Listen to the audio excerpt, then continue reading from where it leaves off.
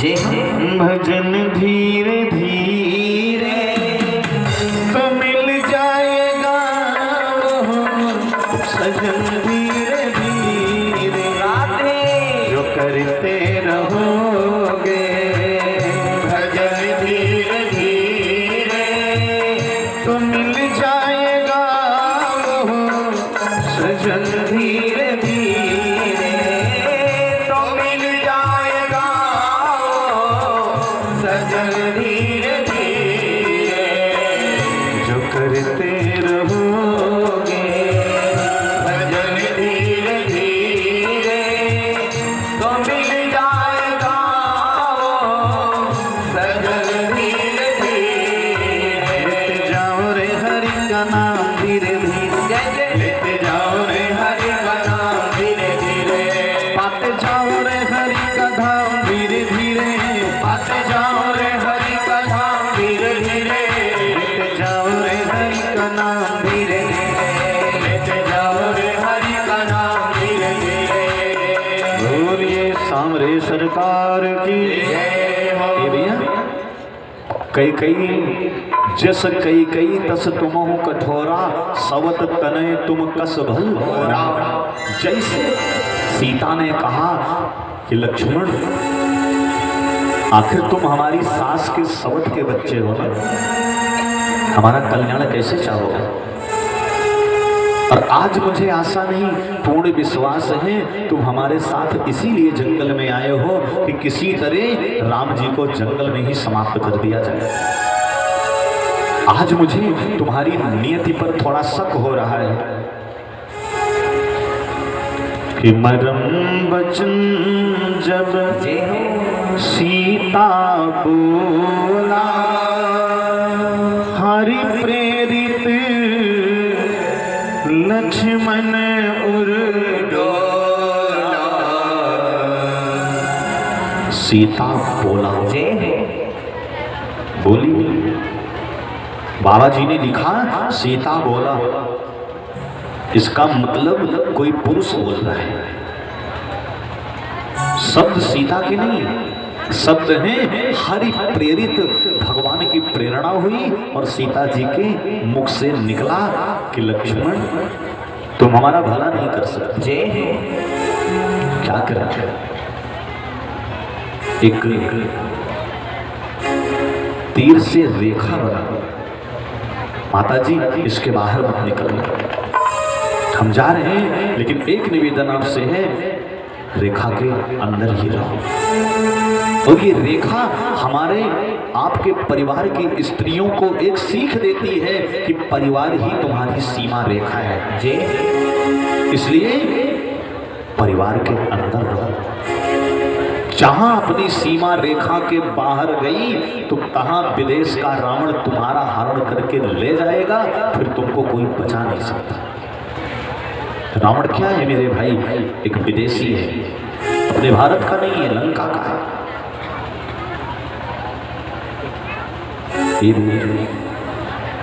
राम जी सरकार तो उधर हैं और लक्ष्मण जी भी वहीं चले गए। और इधर बाबा ने लिखा क्या है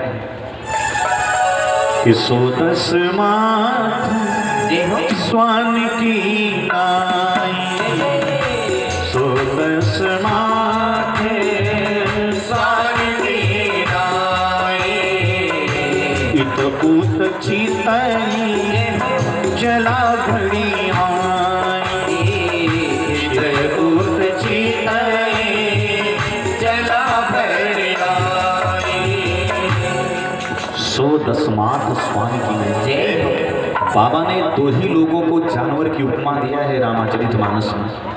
पहला सूर्पनखा को सांपिन लिखा और रावण को कुत्ता लिखा, जय स्वान लिखा है। क्यों?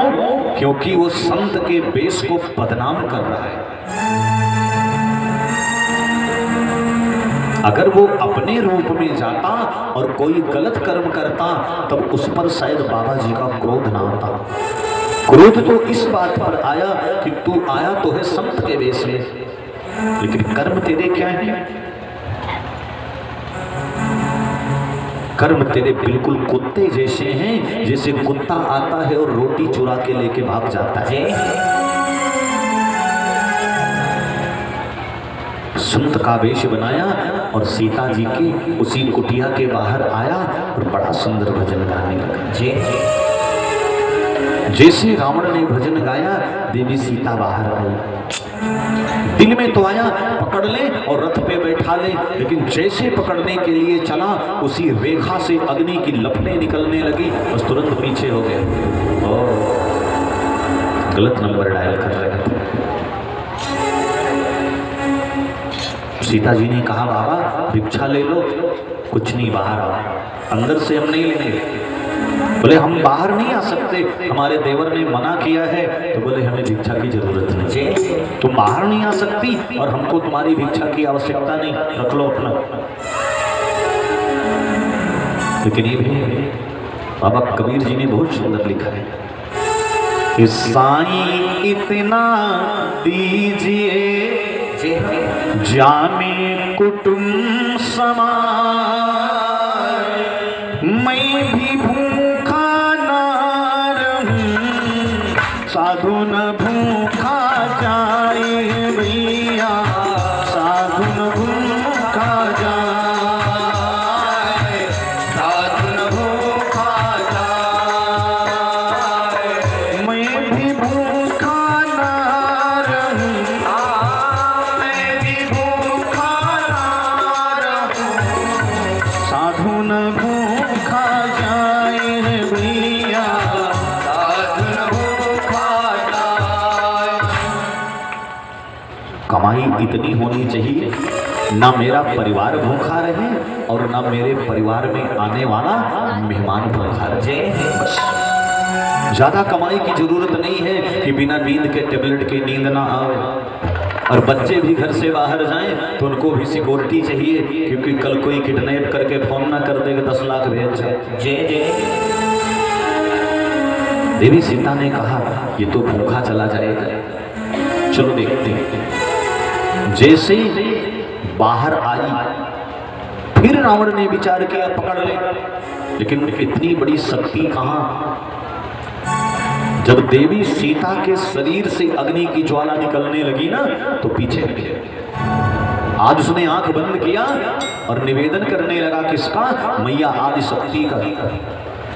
गिरि नंदनी नंदित मेतुनि विश्व विनोदनि नंदनुते, गिरिवर बिंद शिरोध निवासिनी विष्णु विलासिनी जयसुनुते, भगवती हे सित कंठ कुटुंबिनी भूरि कुटुंबिनी भूरि कृते, जय जय हे महिषासुर मर्दनि रम्यक पर्दनि शैलसुते, जय जय हे महिषासुर मर्दिनि रम्यक पर्दिनि शैलसुते, दुर्बर वर्षिणि दुर्धर धर्षिणि दुर्मुख वर्षिणि धर्षिणते, त्रिभुवन पोषिणि शंकर तोषिणि किल विषमोषणि धर्षिणते, तनुजनि रोषणि दिक्सुति रोषणि दुर्मद शोषणि निर्मुषते, जय जय हे महिषासुर मर्दनि रम्यक पर्दिनि शैलसुते, जय जय हे महिषासुर मर्दिनि रम्यक पर्दिनि शैलसुते। बोलिए आदि शक्ति महामाया की जय हो।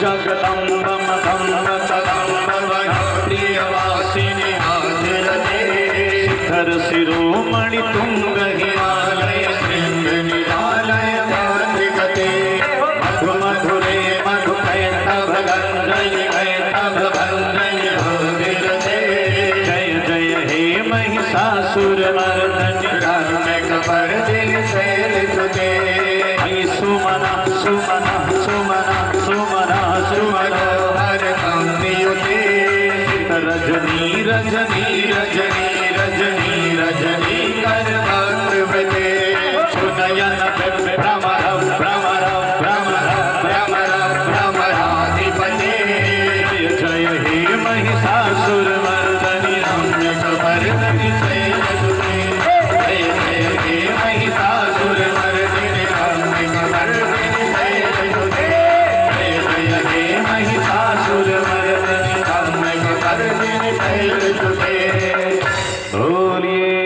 आदिशक्ति दुर्गा महारानी की। हे मन महु चरण बंद सुख माना। मन ही मन में माई सीता जी के चरणों की वंदना किया और उसके बाद में जहां पर सीता खड़ी हैं उसी धरती को हाथ से पकड़ा और पूरे धरती के खंड को ही उखाड़ लिया, टच नहीं किया और ले जाके रखा रथ में चल पड़ा। पहली कुछ लोग पूछते हैं, एक बार मैं गया था, एक जवाबी कीर्तन हो रहा था, कहीं कार्यक्रम से लौट रहे थे, जो हमने देखा तो इशारा किया इनको, बोले जरा गाड़ी रोकना तो किनारे। तो वहां पर उस समय वो यही पूछ रहा था कि जब रावण ने सीता को छुआ नहीं तो इस हरण कैसे कर लिया। हमने कहा देखो कितनी तर्क की बात कर रहा है। फिलहाल ज्यादा देर तो नहीं सुने, लेकिन इतना जरूर हमने सुना कि जब रावण ने सीता को टच ही नहीं किया तो हरण कैसे कर लिया। तो भैया उसी धरती के खंड को उखाड़ा, रथ पे रखा और लेके चल गए। पहले उस सीता को रथ से ही ले गया था, लेकिन जब जटायु ने उसके रथ को तोड़ डाला, पहले जटायु ने उसके रथई को तोड़ा था, उसके बाद में उसको घोड़ों को मारा था, क्योंकि ये नालायक फिर भाग ना सके। पहले इसको हम साधन विहीन कर देंगे, उसके बाद में इसको दौड़ा दौड़ा कर पीटेंगे, फिर देखेंगे भागेगा कैसे। क्यों? क्योंकि सीता जी कौन है जानते? रावण के जो सीता जी का हरण कर ले जा रहा है वो जटायु की बहू लगती है। आप जानते हो, देखो मैं ज्यादा देर का समय बिल्कुल नहीं लूंगा आपका, 10 मिनट और मेरे पास बचा है। गीध चाहे भूखा मर जाए मेरे भाई, लेकिन ईमान का इतना पक्का है कि जब खाएगा वो मुर्दा जानवर ही खाएगा, जिंदे कीड़े पर चोंच नहीं मारेगा कभी हो, चाहे एक दिन नहीं 1 साल उसे भोजन न मिले। लेकिन आज जटायु ने अपनी मर्यादा क्यों तोड़ करके रावण को मारना शुरू कर दिया। और एक बात और कहा, करी हूं जात धान कर नासा, मार डालूंगा इसके पूरे परिवार को, केवल इसीलिए कि इस नालायक ने मेरी खानदान की बहू को कैसे उठाया। क्योंकि राजा दशरथ जी कह रहे थे राम देत नहीं बने गोसाई विश्वामित्र जी से, इसीलिए कह रहे थे क्योंकि मैं राम जी को किसी को दान कर चुका हूं। और ये कथा मैं आपको सविस्तार दिन में जरूर सुनाऊंगा। इस हिसाब से राम जी जटायु के पुत्र थे, इसीलिए राम जी ने दशरथ की चिता को आग नहीं लगाया, अर्थी को कंधा नहीं दिया, लेकिन जटायु की चिता लगाया, अर्थी बनाया। जितने कर्म पुत्र करते हैं सारे कर्म राम जी ने जटायु के किए थे। और जटायु ने भी सीता को पुत्री कहा था, सीते पुत्री करस जन त्रासा, करी हम जाते धान कैलासा। बोलिए रामचंद्र भगवान की। आज रावण ने सीता को उठाया और लेके चल दिया। अब सीता जी बोल क्या रही हैं? यहाँ जग के वीर रघुराया,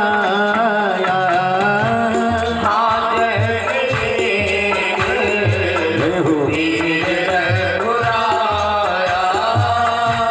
कहीं अपराध विसार उदाया, कहीं अपराध विसार उदाया। लक्ष्मण तुम्हार नहीं दोषा, लक्ष्मण तुम्हार नहीं दोषा। पायों फल कट इन्हें उरोसा, पायों फल कट इन्हें उरोसा। आज रोते हुए जा रहे हैं, जंगल के पशु पक्षी भी रोने लगे। लेकिन जब जटायु ने सुना, गीध राज सुनी आरत वाणी, ध्यान से देखा, ये किसको लेके जा रहा है? अरे रघुकुल तिलक नारी पहचानी, ये तो मेरी बहू है सीता है। तुरंत देवी सीता से रिश्ता बनाया। क्या कहा? बेटी, ए बेटी रोना बंद कर। सीते पुत्री करे से जन त्रासा, करी हूं जात उत्थान करनासा। इतना कह करके रावण को ललकार करके बोला, रे रे दुष्ट ठाड़ किन होई, खड़ा हो जाओ, निर्भय चरस न जानस मोई। तुझे पता नहीं कि रास्ते में भी मैं बैठा हूं। रावण ने कहा, ये कौन आ गया? ये है कौन? जब थोड़ा नजदीक गया तो पहचान गया, अरे ये तो जटायु है, लेकिन बूढ़ा हो गया। जाना जरठ जटायु, ये तो बूढ़ा हो गया है। यानी कभी जवानी में रावण की मुलाकात जटायु से हुई थी, कभी मुलाकात हुई थी। और कब हुई थी जानते हो? एक बार रावण निकला कुश्ती लड़ने, चारों तरफ घूमता रहा, पहाड़ के पास, समुद्र के पास, कोई लड़ने वाला नहीं मिला। तो मिल गए नारद बाबा। कहा, बाबा रुको, हमसे कुश्ती लड़ो। तो नारद बाबा बोले, कोई अपनी बराबर वाला ढूंढो भैया, अब तुमको बाबा मिले हैं लड़ने के लिए। तो रावण ने कहा, या तो लड़ो या तो हमको हमारा जोड़ बताओ। तो नारद ने कहा, चले जाओ अपनी पत्नी के पास, मंदोदरी के, उसी से पूछ लेना, तुम्हारा जोड़ बताएगी वो। आज रावण मंदोदरी के पास गया, इससे पहले नारद बाबा पहुंच गए। मंदोदरी ने प्रणाम किया। नारद बाबा बोले, बेटी खुश रहो। बाबा कुशल? अरे कहा, तुम्हारे पति के जीते जीत बाबा की कुशल? क्या हुआ बाबा जी? मेरे पति ने आपको कभी परेशान नहीं किया। बोले, आज गए थे हमसे कुश्ती लड़ने। कौन जीता? नारद बोले, चिंता न करो, तुम्हारे पास भेज दिया। अरे कहा, बाबा हम लड़ेंगे? कहा, नहीं लड़ना नहीं, वो आ रहे हैं अपना जोड़ पूछने, उनसे बोल देना कि चले जाओ, मैनाक पर्वत पे 2 गीध बैठे हैं, जटायु और संपाति। एक गीध का पंख लाओ, मेरे सर में टच करो, मेरा दर्द दूर हो जाए, तुमको जोड़ बता दो। इतना कह के नारद बाबा भाग गए। रावण पहुंचा, बोला, ए मंदोदरी मेरा जोड़ बता। मंदोदरी ने पूरी कहानी बिल्कुल रिवर्स कर दिया। चले जाओ, एक गीध का पंख लाओ, मेरे सर में टच करो, दर्द दूर हो जाए तो जोड़ बता दो। रावण गया, देखा तो जटायु बैठा है, संपाति बैठा है। कहा, तुम दोनों में से अपना एक पंख लाओ। संपाति ने कहा, तू मरने से नहीं डरता क्या रे? अरे रावण ने कहा, चुप चुप, मेरे मौत बांधी है मेरी चरपैया में, मुझे मौत की धमकी देता है, अपना पंख दे दे। अगर नहीं दूं तो? जैसे रावण ने तलवार निकाला, खड़ा हो गया संपाति, बोला आओ। जटायु ने कहा, भैया बैठो बैठो, तो छटकाऊ बैठे हैं, कहाँ दौड़ रहे हो, रुको। गया, अपने चोंच को खोला और रावण को जिंदा ही निकल गया। इतना पैर बाहर बचा है बस। संपाति ने कहा, मेरे भाई भाई, हमारा धर्म है, हम मुर्दा जानवर खाते हैं, तू जिंदा इंसान खा रहा है, तू किसे? जटायु ने कहा, अपनी गाड़ी में रिवर्स गियर नहीं होता, हम खाना जानते हैं, थूकना नहीं जानते। संपाति आया, रावण का पैर पकड़ के खींच के फेंका ना, तो गिरा मंदोदरी के पास। मंदोदरी ने कहा, पंख लाए? अरे कहा, जान बची तो लाखों पाए। कहा, जोड़ बताऊं? रावण ने कहा, जोड़ मत बता रहे, आज तो हड्डी तोड़ मिले। जे थोड़ा सा हल्दी और मट्ठा लेकर के अब महीने खाड़ कुछ दूध मलाई पियो, तब जा करके वो ताकत आए। इसका मतलब कभी जवानी में मुलाकात हुई थी, तभी तो कह रहा है, जाना जरठ जटायु, जाना जरठ जटायु, जाना जरठ जटायु,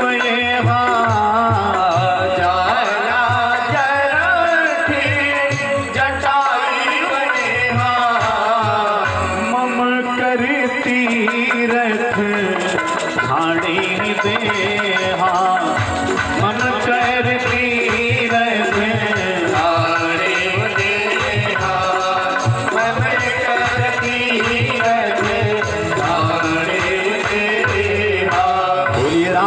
भगवान की। चलो भाई एक बार सब लोग भगवान के नाम का संकीर्तन करते हैं, पुनः आरती और प्रसाद लेके सब लोग घर चलेंगे।